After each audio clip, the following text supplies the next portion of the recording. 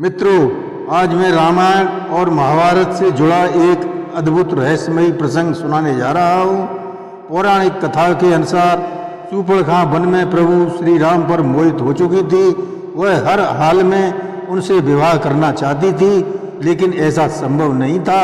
फिर पूरी लंका का विनाश होने के बाद शूर्पणखा ने भी अपना शरीर त्याग दिया और द्वापुर में कंस की नगरी में कुब्जा के रूप में जन्म लिया, जिसे श्री कृष्ण ने एक सुंदर स्त्री में तब्दील कर दिया था। इसी सुंदर कुब्जा से उन्होंने विवाह किया।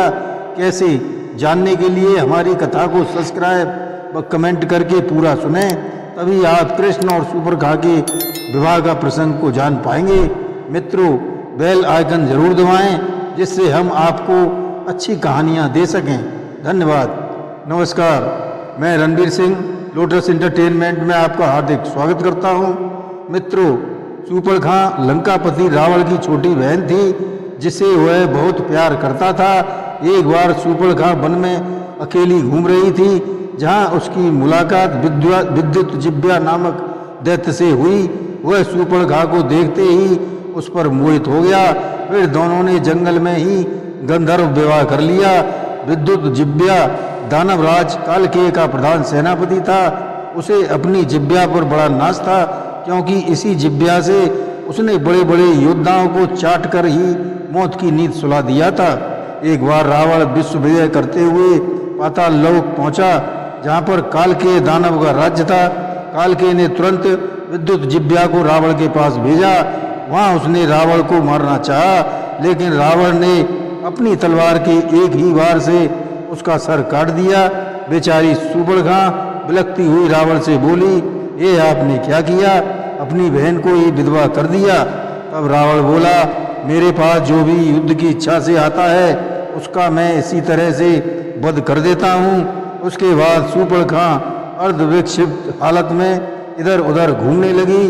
फिर कालांतर में राम, लक्ष्मण और सीता जब पंचवटी में आए, तब उस समय शूर्पणखा वहाँ जा पहुँची, जहाँ श्री राम को देखकर मोहित हो गई। फिर सुंदर रूप रखकर राम से विवाह करने की इच्छा व्यक्त की, जिसे राम ने ये कहकर नामंजूर कर दिया कि मैं एक नारी व्रत से बना हुआ हूँ, लेकिन अगले जन्म में मुलाकात जरूर होगी। फिर त्रेता युग समाप्त होने के बाद द्वापर युग का पदार्पण हो चुका था। उधर शूर्पणखा ने रावण की मृत्यु के बाद अपने आप को अग्नि के हवाले कर दिया और कंस की नगरी मथुरा में कुब्जा के रूप में जन्म लिया। वह एक कुंवर के कारण बहुत ही बदसूरत लगती थी, लेकिन जब भगवान श्री कृष्ण अपने बड़े भाई बलराम के साथ मथुरा आए, तब बाजार में कुब्जा की मुलाकात श्री कृष्ण से हुई। उसी दौरान श्री कृष्ण ने कुब्जा को अत्यंत रूपवती बना दिया, एक अप्सरा के समान।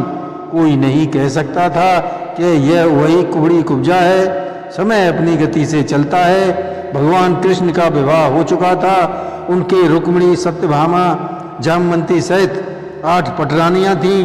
तभी नरकासुर नामक दैत्य ने चारों ओर अपना आतंक फैला रखा था।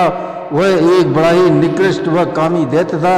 उसने सुंदर सुंदर स्त्रियों का अपहरण करके अपने किले में कैद कर दिया था।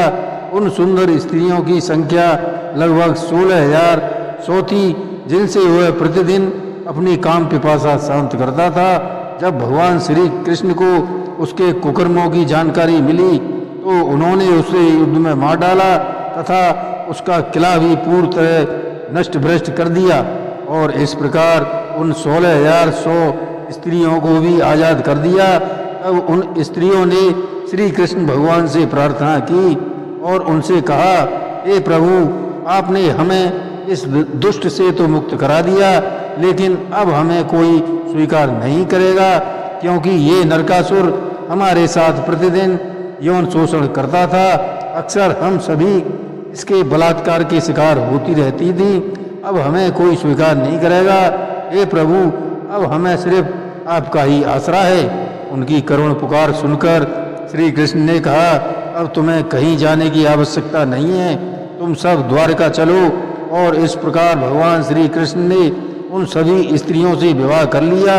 उन स्त्रियों में कुब्जा भी थी, जिसे श्री कृष्ण ने खुद सुंदर बनाया था। कुब्जा ही पूर्व जन्म में शूर्पणखा थी। जो पूर्व जन्म में प्रभु श्री राम पर मोहित थी। इसलिए श्री कृष्ण ने शूर्पणखा के पूर्व जन्म की अभिलाषा पूर्ण की थी। क्योंकि भगवान तो भक्त वत्सल हैं, वे हमेशा भक्तों के ही अधीन रहते हैं। इस प्रकार श्री कृष्ण की कुल 16,108 पत्नियां थीं, जिनका उल्लेख पुराणों में भी मिलता है। जय श्री कृष्ण।